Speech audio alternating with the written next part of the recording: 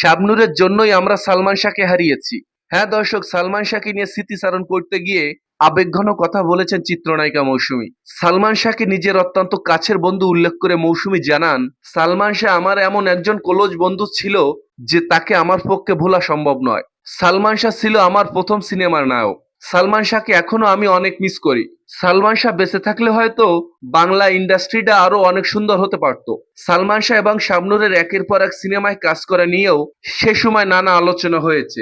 মৌসুমীকে বাদ দিয়ে শাবনূরের সঙ্গে একের পর এক সিনেমায় চুক্তিবদ্ধ হন সালমান শাহ। সিনেমার শুটিং এর বাইরেও সালমান শাহ এবং শাবনূরের ঘনিষ্ঠতা নিয়ে সেই সময় ছড়িয়েছিল বড় ধরনের গুঞ্জন। আর সালমান শাহ শাবনূরের এই বিষয়গুলো একদমই পছন্দ করতেন না সালমান শাহের স্ত্রী সামিরা হক বলে বিভিন্ন সময় দাবি করা হয়েছে। মৌসুমী আরো স্পষ্ট করে বলেন যে, সালমান শাহের মৃত্যুর সংবাদটি আমি প্রথম পর্যায়ে বিশ্বাস করতে পারিনি। মৌসুমী বলেন, আমি আর অমর সানি যখন একসঙ্গে সালমান শাহকে শেষবারের মতো দেখতে গিয়েছিলাম, সেদিন আমার পুরো পৃথিবীটাই যেন অন্ধকারে ঢেকে গিয়েছিল। মৌসুমী আরো স্পষ্ট করে বলেন, সম্প্রতি সালমান শাহর হত্যা মামলায় ডন গ্রেফতার হয়েছে। আমি আশা করি সামিরাও দ্রুত গ্রেফতার হবে। আমি চাই দীর্ঘ ৩০ বছর পর সালমান শাহর হত্যার বিচার এই বাংলার মাটিতেই হোক। প্রিয় দর্শক, এই বিষয়ে আপনাদের মূল্যবান মতামত জানাতে পারেন আমাদের কমেন্ট বক্সে।